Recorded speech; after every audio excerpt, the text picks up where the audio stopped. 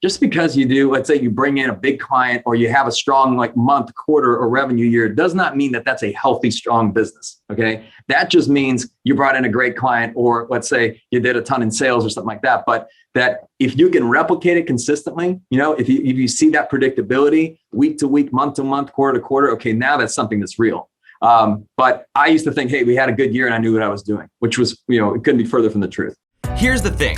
The fastest growing companies in the world, they're small businesses, often with less than 100 employees. So how are gritty entrepreneurs, CEOs, and founders like us going up against massive markets, scaling teams, building systems, and skyrocketing to success before crashing and burning? This podcast will give you those answers. My name is Chris Ronzio. Welcome to the fastest growing companies. Welcome back, everyone. I'm Chris Ronzio. Today, I'm here with Michael Mogill. He is the CEO and founder of Crisp Video Group. What's up, Michael? Hey, thank you for having me. Thanks for being here. So you're in Atlanta, right? I am in Atlanta. Cool. ATL on the East Coast to round out our week. Thanks for being here again. So I am excited to tell your story. But first, why don't you just tell us, what is it that you guys do? So I run a company called Crisp. We are a law firm growth company. And I think everybody says they're a growth company, right? So everyone helps their clients grow. But it's specifically what we do is we create videos for law firms to help differentiate them. We place that content primarily on digital and social. So there's the marketing component. And then we also help them on the coaching front, meaning that we help them in terms of how to become better leaders, how to lead better teams, like culture-wise, structural, foundational, KPIs, all the foundational stuff. And our evolution has really been from the video company of 2012 to now really I argue the largest law firm coaching company in the legal industry. Wow. So, you can tell you've got your elevator pitch down when you say you're the law firm growth company, because so many people just can't articulate it that cleanly, what they do and who they do it for. I'm already thinking of law firms I know that are growing and probably need what you do. That was, it was probably one of the smarter decisions I made a long time ago, because when we started Crisp, we were in the big brand space, and they said, who are you for? And we said, well, everyone, right? We work with Coca-Cola, Verizon, small business, big brands, and legal happened by accident. This happened, I think, in 2014. A lawyer came to us. She had no online presence and she was really struggling. We did some work with her and her business just blew up, because of the work she was doing online. And what we saw was that you had a super competitive, hyper-saturated space that was largely commoditized, and that larger firms who had significantly more resources than smaller firms could invest a lot more money in things like TV, radio, billboards, a lot of traditional advertising. But there were opportunities primarily on digital and social for smaller firms, like great attorneys that just didn't have the financial resources to be competitive and to do so in a way by differentiating themselves and telling their story. So that's how it all started. We helped one and then another one and then another one. And I saw something here. I'm like, here's an industry that's stood still, it seems, for like 20 years. Yeah. We continued to hone in and dial in on that. And that later led to us writing a book on legal marketing, a podcast on legal marketing. And the more we focused, the more the business grew. So I want to talk about the book and the podcast, The Game-Changing Attorney. We'll get to that in a little bit, but you mentioned this starting as a video production company back in 2012. And actually, I had a video production company back in 2012 that I sold a year after that. So it looks like we've got some shared roots. But how did this go from just video to all the things that you do now? Was it just trial and error, or did you have that insight that this is what's going to scale? So it's interesting in the sense that I always looked at it, and because that's amazing to hear you had a video company in 2012, because every time I tell this story, I always say, well, at that time, the idea of a video company, let's say online video, everyone was telling me this is the worst idea ever. They said you couldn't compete with the agencies. No one wants video online, right? They want like TV commercials and stuff. And, Facebook and YouTube and those platforms weren't what they are today back in 2012. It wasn't primarily video. But what led to that expansion from like video to marketing to coaching, it was always about how do we support our clients at a higher level. And it happened the standpoint that when we started with the videos, we'd create these almost like movie trailers, very narrative, story-driven videos that communicated their why, what set them apart. And they were these beautiful videos. And when we'd hand them over to our clients, we found that many of them didn't know what to do with them, right? Like they had this great video and they're like, okay, what now? So then we realized, okay, we got to help place this content, and not just on their website, but on digital and social. How do we get it out in front of their ideal client? And then once that was accomplished, and let's say they were getting a lot of phone calls and leads and things like that, we then realized, okay, the challenge then is if they don't know how to answer the phones, right? If there's not consistent intake happening, or if the leadership isn't right, or if, like, let's say the team isn't aligned, or all those different things, the ROI of the marketing was always a function of the foundational, aspects of the business. So that's kind of how it went from video to marketing to coaching. Makes sense. Very natural journey. And I know a lot of the lawyers the attorneys that I know, they're not the best marketers. And so it seems like they probably needed your help once you just gave them that video and they didn't know what to do with it. So let's talk about the people side of this, because when you started it, it was a team of one. And now you told me right before the call, you're at about 80 people, which is a tremendous growth story over the last, several years. So what was the early team like? In those early days when you were doing just video production, was it just a small creative team? Yeah. I mean, when I initially started the business, it was just me. And then when we were doing video work, we started out originally with contractors. And one of the reasons we shifted to full-time employees as soon as I could was that I wanted to maintain consistency in terms of that client experience, right? We would be doing video shoots, not just in Atlanta, but all across the country. And if you found someone, let's say that they were good at shooting video, that didn't necessarily mean that they upheld the same values that you did as an organization and so on. But really where I went from 1 to 2 was I was at a video shoot in New York at one point, and I also got a call about a shoot in Denver and another one in Atlanta. And I'm like, well, I can't be in 3 places at the same time. So I had to say no to the other 2. So I had to figure out a way to replicate that model. And, I went from 1 to 2 to, eventually 80. But initially, I would say that I had absolutely no idea what I was doing. I didn't have any formal training in any of this, no formal training in marketing or sales or finance or any of this.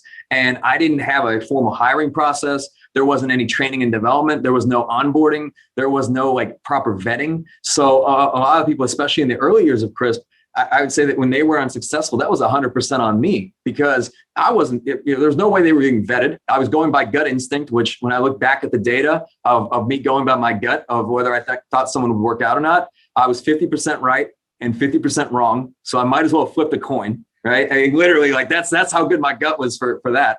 And it was just realizing that, there was no clear, there were no processes in place. There was no foundation in place. I was just working hard. That was it. I gritted my way to $1 million. Let's put it that way.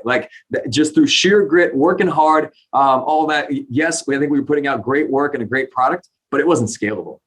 Yeah. So at some point that changed because you started to grow really quickly. So you must have gotten more intentional about this. And I'd love to compare notes after this, because I had camera operators in Atlanta and Denver, and we probably know a lot of the same people. But as you started hiring more people with a 50% success rate, what did you tweak? What did you do differently to make the process more likely to succeed? Well, I mean, we created a hiring funnel, if you will. And I owe my wife a lot of this credit, because she had come from a consulting background. She stepped into the business in 2014. I asked her to come help for 30 days, right? Just help me put some processes in place. And 30 days has turned into, 2021 and beyond, right? So, there was no foundation in place, but very early on, I mean, to me at the root of all things, it starts with the hiring process. How are we vetting candidates? How do we determine if someone's a good fit or not? And, before anybody could apply, now it was, we made it complicated. They had to call a phone number, right? If they submitted it through the job board, we wouldn't consider them. They call a phone number, they'd hear a voicemail. The voicemail would tell them, here's where you send your resume to with cover letter. Well, here's the email, here's the subject line. That filtered out about 80% of them because they just couldn't follow instructions. Then there was actual assessments. So for the video team early on, there were test edits. But for different roles, whether it was a project manager or a marketing manager or somebody in operations or different role, we had different assessments depending on the role to kind of gauge their capabilities. And then there were also different types of, I don't want to call them personality assessments, but work style assessments. We've used specifically the Colby and the Print and even the Wonderlic. So we would figure out the cognitive, conative, intrinsic drivers. And, we built these profiles around someone who'd be successful in one type of role may not be successful in another role.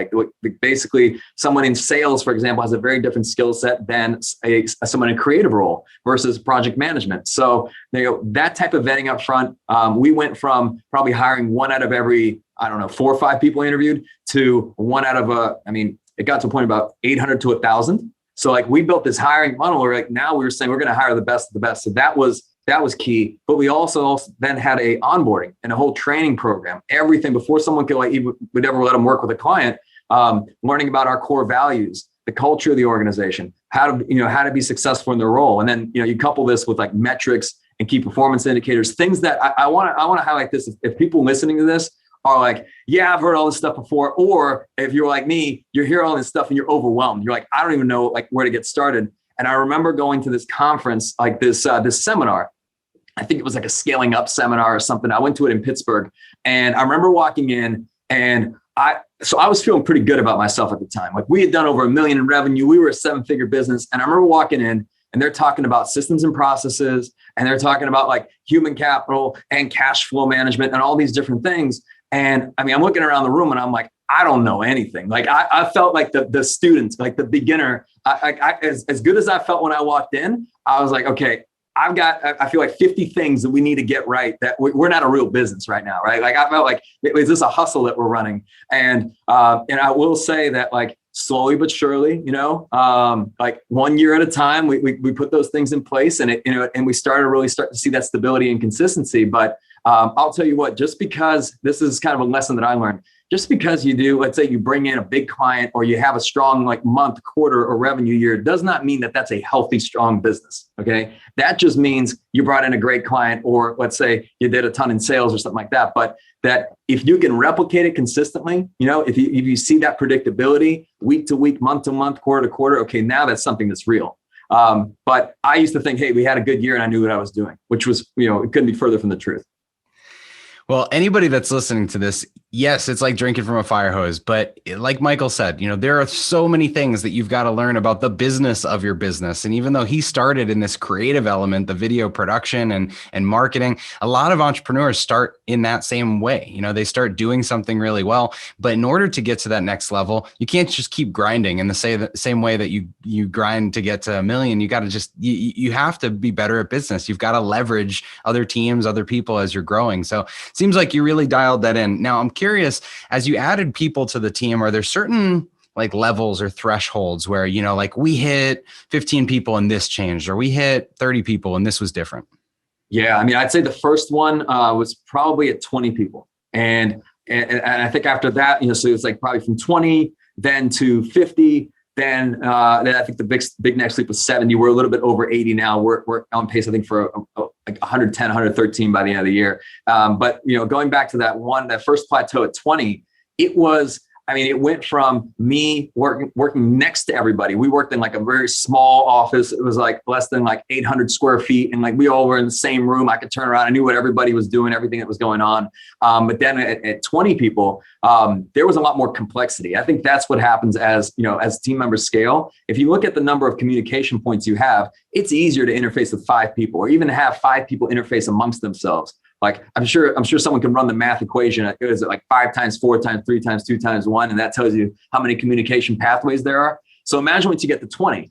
And that meant that like there had to be some sort of organizational structure, right? I think you could have one right out of the gate, but especially at 20, like who's clearly accountable for what, who reports to who, like that, and also as the business started to really grow, let's say from 20 to even 50, management would change, and it turned into managing through metrics. So it was very important to have insight into whether somebody was doing a good job or a great job, and everyone had to have a number, right? The things that they were doing to drive critical results, and to be able to get that information. Because otherwise, I mean, when you really think about it, if you got 50 human beings in your business every single day, let's say 8 hours a day, maybe 10 hours a day, doing something, right? They're sending emails, they're on calls, whatever, you multiply that times 50 people, that's a lot of activity. And that's a lot of actions and decisions that are taking place on behalf of your organization. So imagine that, like, let's say each of those people is doing one thing off culture, right? Or it doesn't align with their core values, or even if it's just like, let's say it's a bad decision every day. That's 50 people making 50 bad decisions every day. Scale that a week or a month,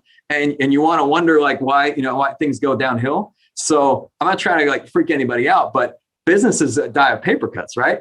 So that's why, like, when you look at it, how do you maintain your sanity? You've got to have the right key performance indicators and like that proper insight to get to be able to know, okay, metric wise, this person's on target or they're not, or let's say we get the right feedback happening, the right feedback loops with our clients. So we've got surveys. We know what the client experience is. We know what's going on with the deliverables from a project management standpoint, all those things in summation. So I think that's where, like, at each level of plateau, it's more complexity. And then you got to go through a wave of simplification, which is what I've described with the metrics. Because at 20, I was trying to keep track of all this stuff, and I had no reporting, no metrics, no real accountability chart. And I was wondering why it was driving me crazy. Right. Well, everybody's got to go listen to, we had Vern Harnish on the show. You mentioned scaling up. So go listen to Vern's episode about the responsibilities and just how that accountabilities and how that breaks down. But what you've said is, you're right. Businesses just get more complex if they get bigger. And if you don't put the systems in place to deal with the complexity, that's why a lot of businesses don't make it to that next level of scale. Mm-hmm. So it sounds like you've been able to do that. How has your role changed at 20, at 50, at 70 and beyond? Like, what is your day-to-day like? Yeah, I've actually, when you look at it, I do less. So, I mean, I still work hard, but the actual number of different things that I do has become less and less and less, because early on I was doing everything. I was, updating the back end of the website. I was doing some design. I would write out a process. I was running the payroll, all those different things. Whereas now I only focus on the things that are my strengths. And I'm sure this has probably come up at some point on the podcast, but not enough can be said about being able to have that self-awareness to know, here's where I add the most value. These are the things that are the highest use and best use of my time. Now, the rest of the stuff still has to get done, but let me hire around that. So I like to think that I'm probably not the smartest person by any means, definitely not the most talented. But if there's one strength that I have, it's the ability to bring in great, smart, talented people that can support all the things that I'm not good at. So right now, my role is largely, it's leading the team in terms of like mentoring our team leads. So I spend a lot of time around them.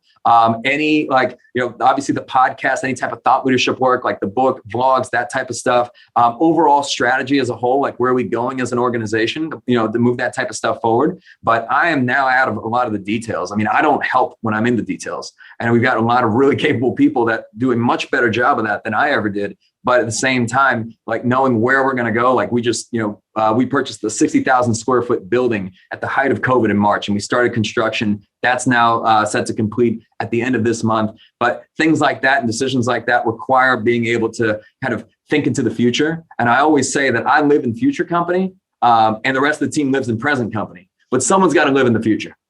I love that.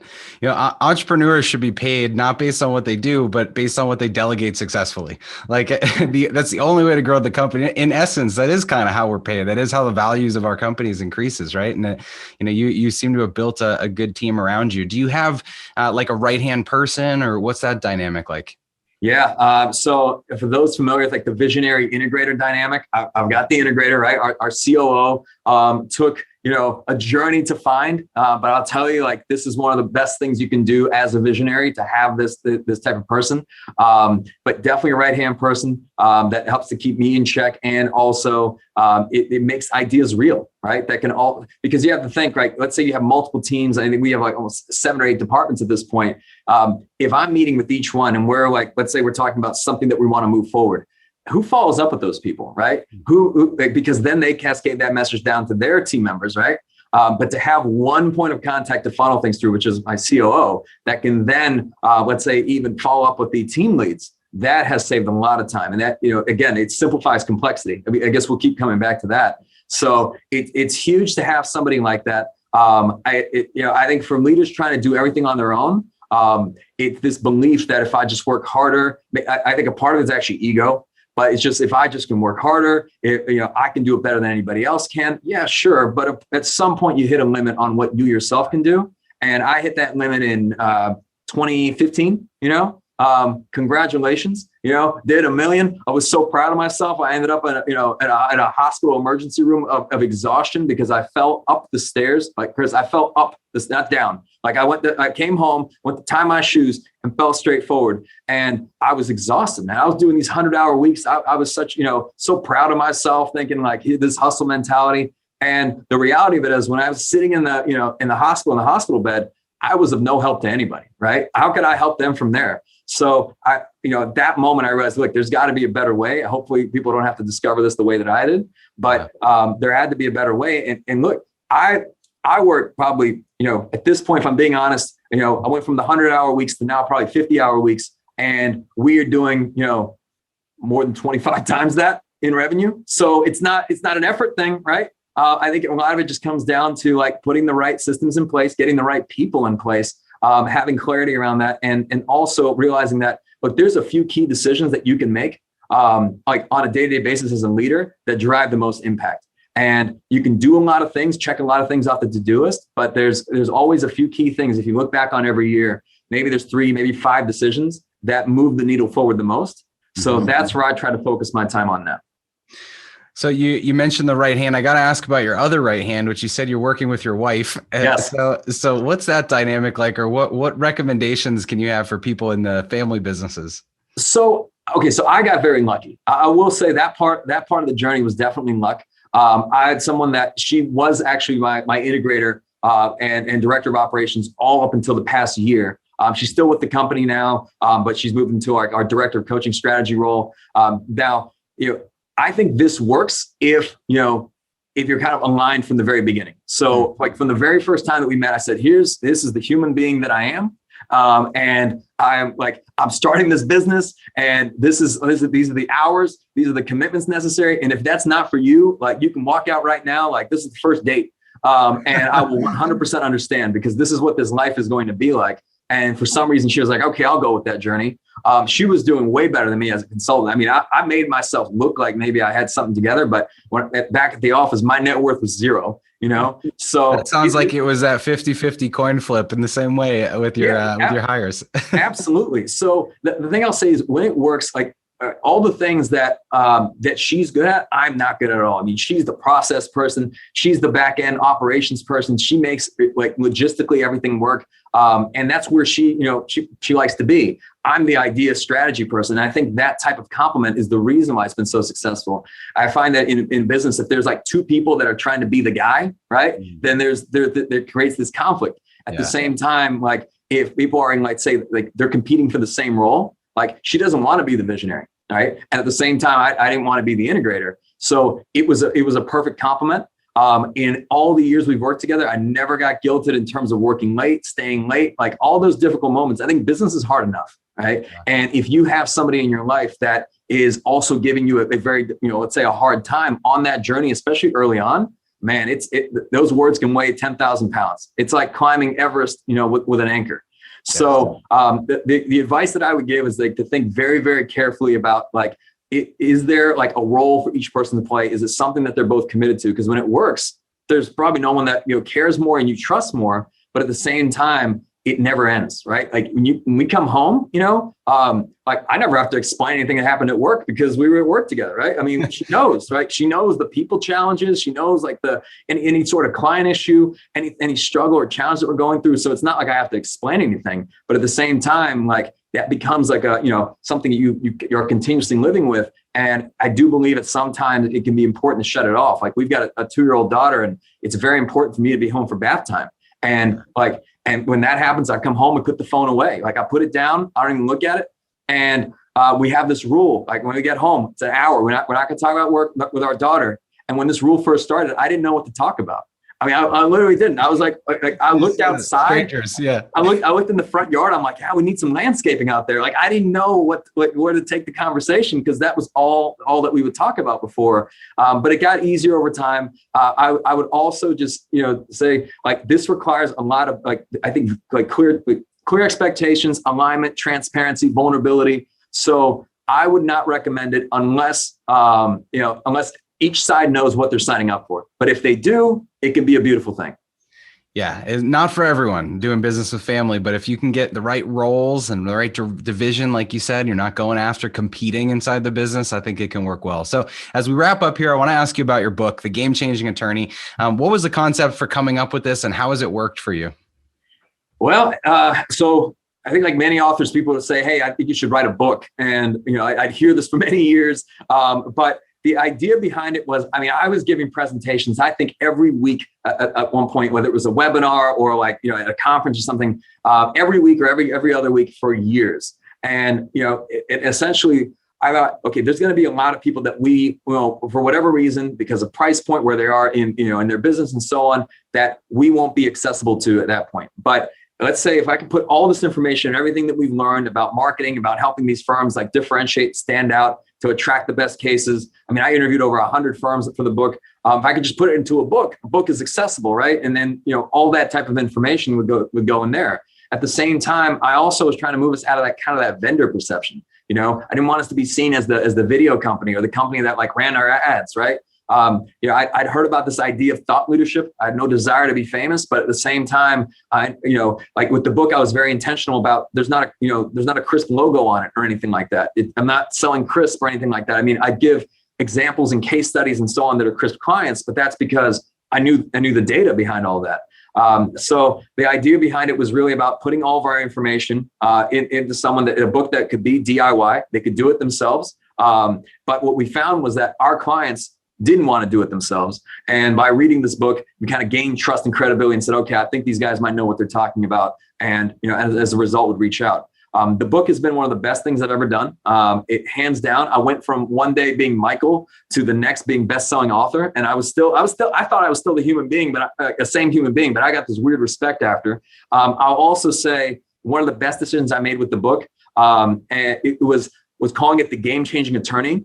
And I thought a lot about this because you could do a find and replace in that book and call it the game-changing doctor or the game-changing optometrist. But going like so in on our niche was very, very important that it was the book for lawyers. And that's helped it be, the best-selling book, I think, for the last 2 years at least, in that category. So I strongly recommend it. And the final thing I'll say is when I got done writing those chapters and everything, I felt like Neo from the Matrix. Like I would get on a call and someone would ask me about something I knew I just wrote a chapter about, and I knew it at such a different level than I did before. So it's, your familiarity with your own content and how deep a subject, it goes up substantially when you write a book about it. That's amazing. Well, everybody that's listening, I mean, I think we came full circle. We talked about at the beginning how you started as a video production company and then really verticalized to go after this legal industry. And at the end here, you wrote the book for that industry to just be the thought leader, be the expert, be the bestseller. What a story you've had, man, from growing the team just from you to the big team you've got today, from working successfully with your wife along the way to growing through those levels from 20 to 50 to 70 plus. Thank you so much for sharing. Everybody else that's listening to this, go back and listen again, because he said so many things in this that it's probably a 90-minute episode stuffed into 20 minutes. And you need to just take some notes and go look into what he's saying. Hopefully you could take a page from Michael's playbook and put it in yours. Michael, where can they find you if they want to learn more? So I actually have a website, believe it or not. It's michaelmogill.com, Mogill, or of course, crispvideo.com. But either one of those, if I can ever help anyone or support anyone in any way or answer any questions, I'm always happy to. All right. Amazing. Michael, thank you again for being here. Everyone else, we'll see you next time. Hey, thanks for listening to the Fastest Growing Companies podcast. If you like this episode, be sure to subscribe and leave a review. If you found the information helpful, share it with your friends and family that can benefit from it. You can also find Trainual's company account at Trainual, just like a training manual. We'll see you next time.